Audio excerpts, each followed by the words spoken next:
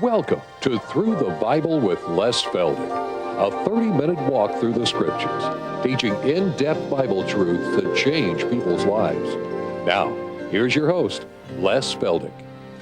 Okay, it's good to see everybody back so quick, and we're going to get out of here early today if we keep this up. So again, we just want to make our television audience feel right at home, and like I told someone in the studio before one of our programs this afternoon, I had a letter or phone call from a gentleman who heard me refer to previous letters that say they feel like they're sitting on the back row. This guy says, not me, I'm sitting on the front row right beside that gal with the red hair. So we appreciate the fact that you just make yourself at home with us, because that's all we are, is just an informal Bible study, and we just have a good time searching the Scriptures together. So if you're ever headed towards Tulsa on usually the first Wednesday after the first Sunday of the month, why try to make it in and enjoy the day with us. Okay, we're in the book of Esther. It's a little different Bible study than what I've been normally doing. I hope I'm not losing you. But on the other hand, I felt it was too good a book that's just sort of laying back there. Nobody ever studies it. And the primary reason I'm doing this is because, as we're seeing again right now today, we've got this fellow in Iran who is just bound determined that every Jew be thrown into the sea. Well, it's nothing new. This is the satanic effort to interrupt God's prophetic program. And remember, prophecy can never be fulfilled if Israel is not in their homeland. They have to be there, because when Christ returns, where is he going to return to? Well, not New York or Washington or Tokyo. He's going to return to the Mount of Olives, which is in Jerusalem. And so it's prophetic. It has to happen. And Satan is never going to. Somebody called the other day and said, is Satan ignorant? Is he stupid? Why can't he understand he can't win? That is a good question. Satan evidently still thinks he can win, but he can't, because prophecy has set all this in concrete, as I like to say, and they have to happen. So my number one reason for teaching this book of Esther, to not just fill up book 69, but to make the point that Satan never stops trying to destroy the nation of Israel. It's happened over and over, all the way back into antiquity and back into recent history, and now even today. The world in general would just as soon see every Jew disappear. And that's why I'm always reminding my classes here in Oklahoma, and I might as well remind my television audience, you pray.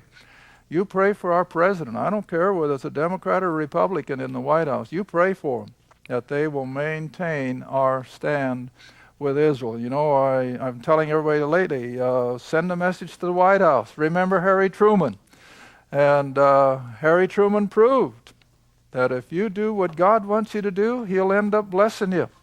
And for those of you who may not know what I'm talking about, you see, in the spring of 1948, when he was at the bottom of the polls, he didn't stand a Chinaman's chance, as we say, winning the election in the fall, and all his advisors, every member of his cabinet, every member of Congress begged him not to stand up with this little emerging nation of Israel while they were still fighting for their independence. And then I trust you all know the story. When Ben-Gurion announced to the world that Israel was now a sovereign state, Harry Truman was the first major player on the stage of history to declare America will stand with this little nation of Israel, and we will defend her. We will do everything we can to help her make it. Well, you see, that was in May of 1948, and in November, you all know your history. Harry Truman beat Thomas Dewey hands down, and I maintain all because, against all of his advisors, against all the media of the day, Harry Truman did what was right, and he stood up for Israel. And I feel that this is still appropriate today. So you pray for our men in high places. You pray for the nation of Israel, because they have to be there. Otherwise, prophecy can't be fulfilled. All right, so now then I'm going to go back to Esther again with that premise that here we have another opportunity that Satan thinks he can destroy the nation to the last little boy and girl. They were to have no mercy, to kill every Jew in the empire. All right, so we were down at chapter 4, and I'm going to read again the last part of verse 14, because this is exactly what it boiled down to, where Mordecai tells Esther, "Who knoweth whether thou art come to the kingdom as a queen in a place where she can really get something done? Who knoweth but that thou art come to the kingdom for such a time as this, to stop the obliteration of the Jewish people?" All right, so verse 15, "Then Esther bade them return Mordecai this answer, Go gather all the Jews that are present in Shushan, fast for me, neither eat nor drink for 3 days, night or day. I also and my maidens will fast likewise, and so will I go in to the king, which is not according to the law." In other words, she could not go in unless he would invite her. But she's going to make the move, and he could have just as well made the decree to kill her or to take her out of the way. Verse 17, "So Mordecai went his way and did according to all that Esther had commanded. Now it came to pass on the 3rd day that Esther put on her royal apparel." She's going to get dressed to the hilt. "And she stood in the inner court of the king's house over against his house, and the king sat upon his royal throne in his royal house over the gate, against the gate. And it was so, when the king saw Esther the queen standing in the court, that she obtained favor in his sight, and the king held out to Esther the golden scepter that was in his hand. So Esther drew near and touched the top of the scepter," which of course was the custom. You've seen it in movies, I know you have, where the king would appoint whoever touched the scepter to come into his presence.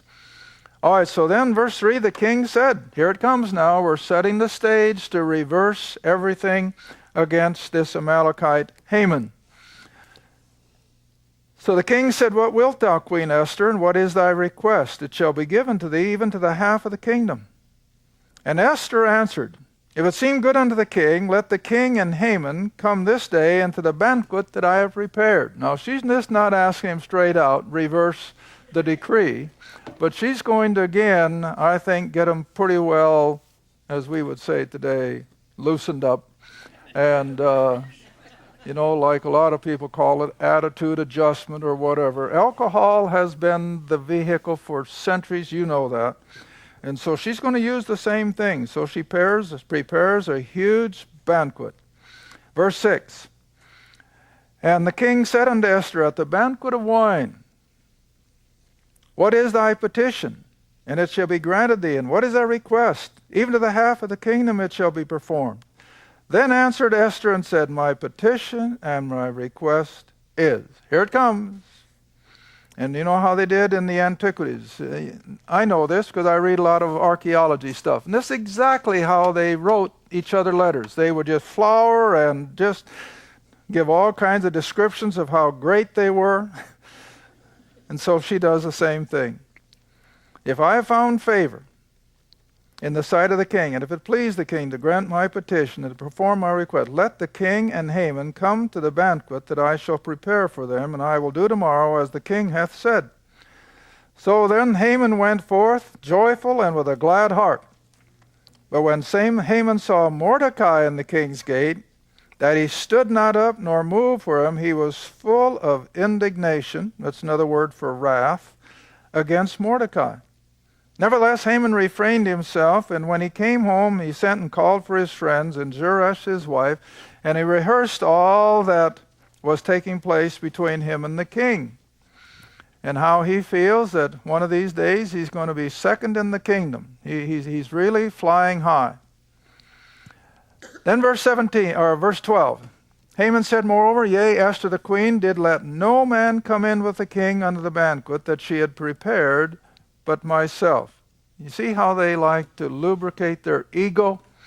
I guess that's part of politics, isn't it? They just love to have their ego stroked and, as we say, just lifted up. And so Haman was just ecstatic that he alone would be in this banquet with the king and the queen. All right, then, but he says, all of this availeth me nothing so long as I see Mordecai the Jew sitting in the king's gate. He had such a hatred for Jews that even though he thought he was really making headway with the king, yet this just overwhelmed him, see? And so, verse 14, his wife and all his friends unto him said, let a gallows be made of 50 cubits high, and tomorrow speak thou unto the king, that Mordecai may be hanged thereon. Then go thou in merrily with the king unto the banquet. And the thing pleased Haman, and so he caused the gallows to be built.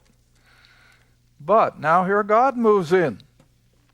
Yes, God moves in on the thinking of a king laying on his bed at night. And that night could not the king sleep, and he commanded to bring the book of the records of the Chronicles. Now do you see why I made special note of that a few chapters back? What happened in that book of Chronicles? It was recorded how Mordecai had kept him from being killed by these two chamberlains. It was in the book, and now he reads it, see? Oh, the providence, the hand of God in everything, beloved. And it's no different today. It's not one whit different. God is in everything. Verse 2. And it was found written that Mordecai had told of Bigthana and Teresh, two of the king's chamberlains, the keepers of the door, who sought to lay hand on the king. And the king said, what honor and dignity hath been done to Mordecai for this? The king's servants that ministered said, well, nothing. The king said, who is in the court? Now Haman was come into the outward court of the king's house to speak unto the king to hang Mordecai on the gallows that he had prepared for him. So the king's servant said, behold, Haman standeth in the court. And the king said, let him come in. So Haman came in, and the king said, what shall be done to the man whom the king delighteth to honor? Now remember, Haman is all puffed up. He thinks he is about to become second man in the kingdom, see? And the stage is being set. And the king said, what shall be done to the man whom the king delighteth to honor? And Haman thought in his heart, to whom would the king delight to do honor more than himself? So Haman answered the king, the man whom the king delighteth to honor, let the royal apparel be brought which the king used to wear, and the horse that the king rideth upon. Now this is almost comedy, isn't it? I love this little book after now spending all this time in it. And here this guy is thinking all this is going to happen to him. Let the white horse, or the horse that the king rideth upon, and the crown royal which is set upon his head, let this apparel and horse be delivered to the hand of one of the king's most noble princes, that they may array the man whom the king delighteth to honor, and bring him on horseback throughout the street of the city, and proclaim before him, thus shall it be done to the man whom the king delighteth to honor. All right, then, here it comes. Then the king said to Haman, make haste, take the apparel and the horse, as thou hast said, and do even so to Mordecai the Jew. Glorious, isn't it? Glorious. You know, someone has said, does God have a sense of humor? I think he does. Now, mostly, you know, even when I have the question come up, did Jesus ever smile or laugh in his earthly ministry? Well, we don't know that he did. And if he didn't, it was because of the sin of the world was the number one thing on his mind. And naturally, you know, you can't make light of things when you're thinking of that aspect of it. And the same way with God in general, you know, he's not willing that any should perish, and he looks at the wickedness of man. But yet I have to feel, especially in a situation like this, he does have a sense of humor. And so here Haman is being set up, he thinks, to bring in his own honor and glory, and then have it suddenly go to the Jew. Boy, that must have been a real hammer blow to the man's ego. And so even so do it to Mordecai the Jew in verse 10, that sitteth at the king's gate. Let nothing fail of all that thou hast spoken. In other words, you fulfill every detail, Haman. So verse 11, Haman took the apparel and the horse and arrayed Mordecai and brought him on horseback through the street of the city and proclaimed before him, thus shall it be done to the man whom the king delighteth to honor. And Mordecai came again to the king's gate. But Haman hasted to his house, mourning, having his head covered. I mean, he is in complete sorrow. And Haman told Zeresh his wife and all his friends everything that had befallen him. And then said his wise men and Zeresh his wife, if Mordecai be of the seed of the Jews, before whom thou hast begun to fall, thou shalt not prevail against him, but shalt surely fall before him. And while they were yet talking, came the king's chamberlains and hasted to bring Haman to the banquet that Esther had prepared. Now here's where Esther came in and began to set the stage for a reversal of the decree to destroy the Jew. So the king, verse 1 of chapter 7, the king and Haman came to the banquet with Esther the queen. And the king said again unto Esther on the second day at the banquet of wine, what is thy petition, Queen Esther? And it shall be granted thee. And what is thy request?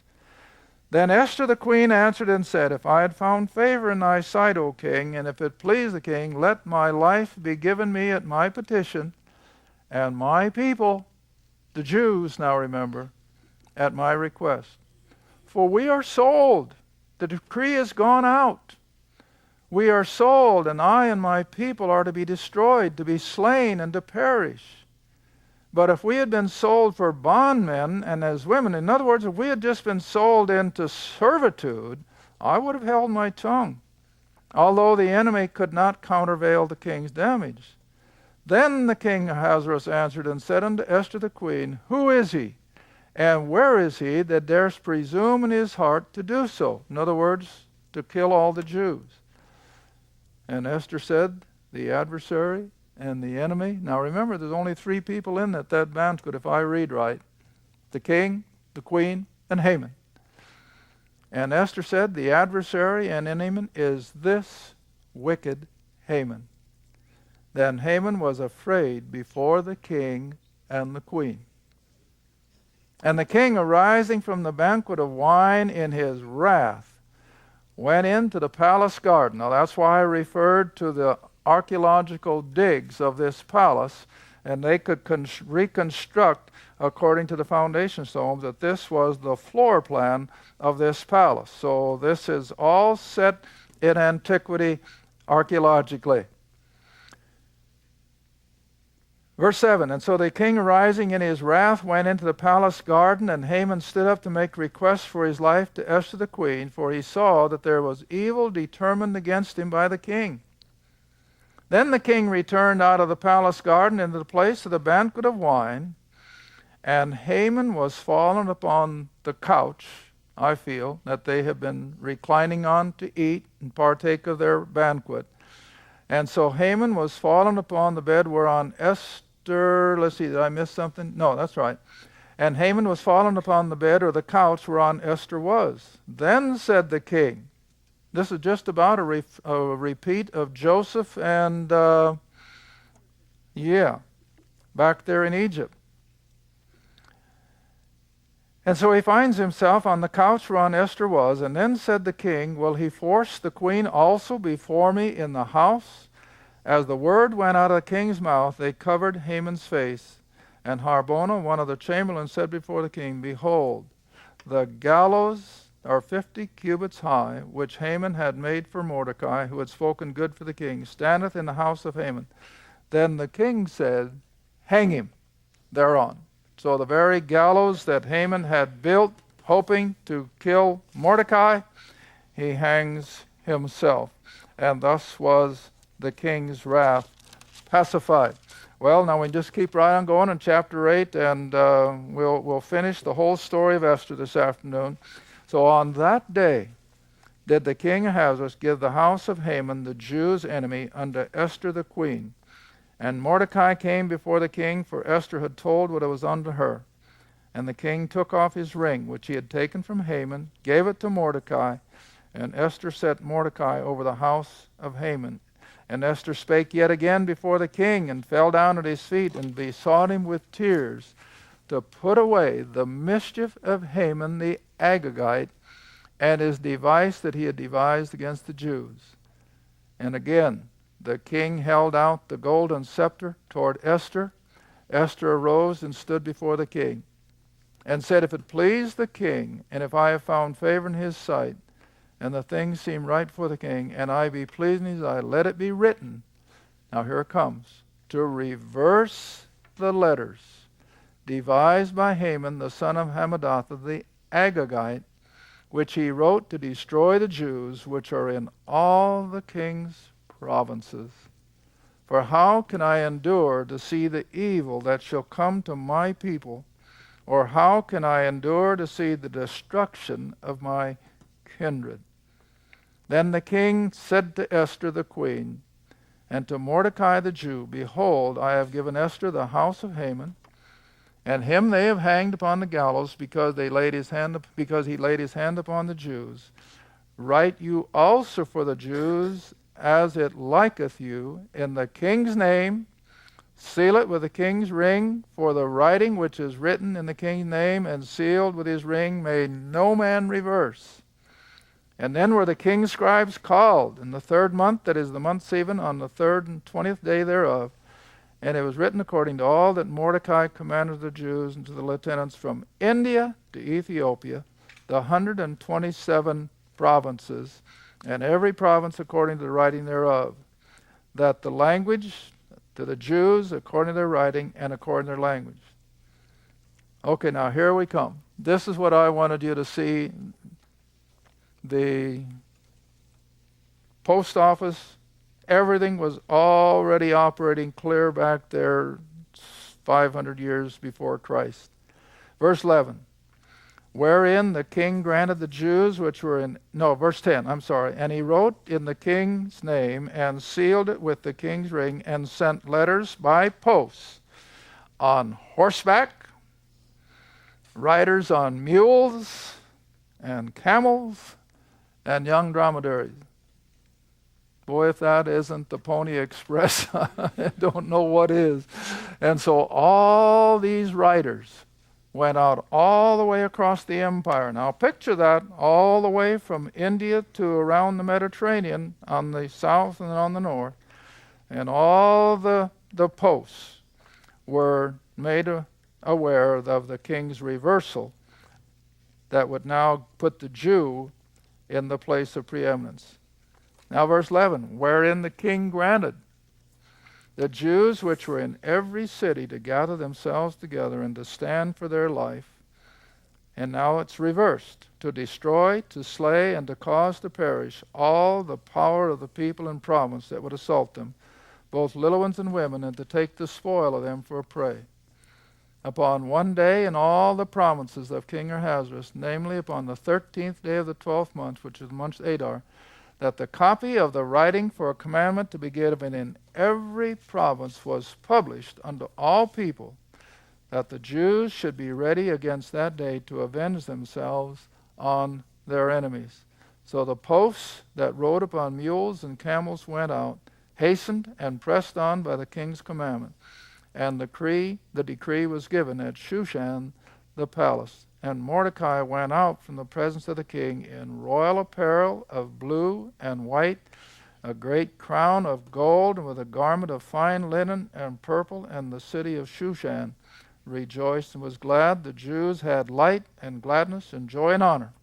And in every province and in every city, whithersoever the king's commandment and decree came, the Jews had joy and gladness, a feast and a good day. And many of the people of the land became Jews. In other words, even some of the Gentiles came in and began to embrace the Jews' religion, for the fear of the Jews fell upon them.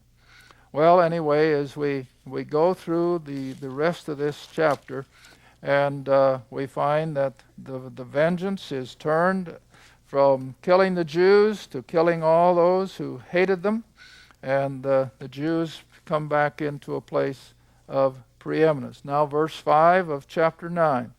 Thus the Jews smote all their enemies with the stroke of the sword, and slaughter and destruction. Now see, this is contrary to our line of thinking, but all the way back into antiquity, especially in the Middle East, just like you see it today. What is their favorite statement? The Arabs love death and the Jews love life. Just think of that. And you're seeing it every day. They love death. But the Jews, on the other hand, love life. Hey, it's no secret. The Jews know how to live sumptuously. They always have. They've been stricken in poverty a good portion of their history, but on the other hand, they have the wherewithal. They know how to live sumptuously. And so here again, the whole thing is reversed, and now the Jews are in the place of killing their enemies. And then down to verse 10, the 10 sons of Haman. Now this is the end of the Amalekites. Historically speaking, this is where God finally said, this is the end of the Amalekites. And so the 10 sons of Haman, the son of Hammedatha, the enemy of the Jews, they slew. But on the spoil they laid not their hand. On that day the number of those that were slain in Shushan the palace was brought before the king. And the king said unto Esther the queen, the Jews have slain and destroyed 500 men in the palace. And the 10 sons of Haman, what have they done in the rest of the king's provinces? Now what is thy petition, and it shall be granted thee, or what is thy request further, and it shall be done? Then said Esther, if it please the king, let it be granted to the Jews who are in Shushan to do tomorrow, also according unto this day's decree, and let Haman's 10 sons be hanged upon the gallows. And the king commanded it to be done, and the decree was given, and they hanged Haman's 10 sons, which, like I said, that brought an end then to the Amalekites, which King Saul should have ended himself hundreds and hundreds of years earlier. Verse 15, for the Jews that were in Shushan gathered themselves together on the 14th day also of the month Adar, slew the 100 men at Shushan, but on the prey they laid out their hand. But the other Jews that were gathered in the king's provinces gathered themselves together and stood for their lives, and had rest from their enemies, slew of their foes 75,000, but they laid not their hands on the prey.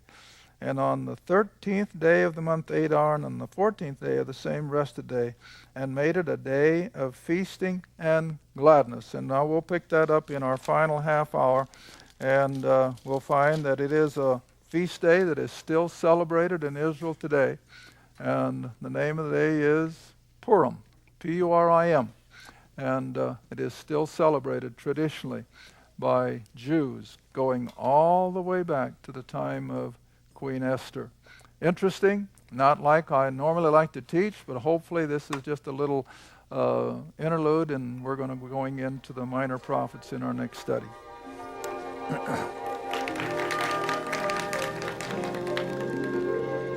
Thank you for watching Through the Bible with Les Feldick. Through the Bible is a partner-supported ministry. If this program has been a help to your study of the Scriptures and you'd like to see others enjoy the teaching, your support would be greatly appreciated.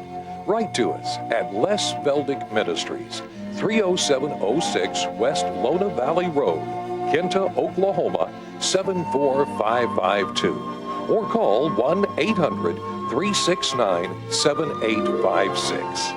Remember, all programs are available in printed form, audio cassette, and videotape. Be sure to tune in next time to Through the Bible with Les Feldick.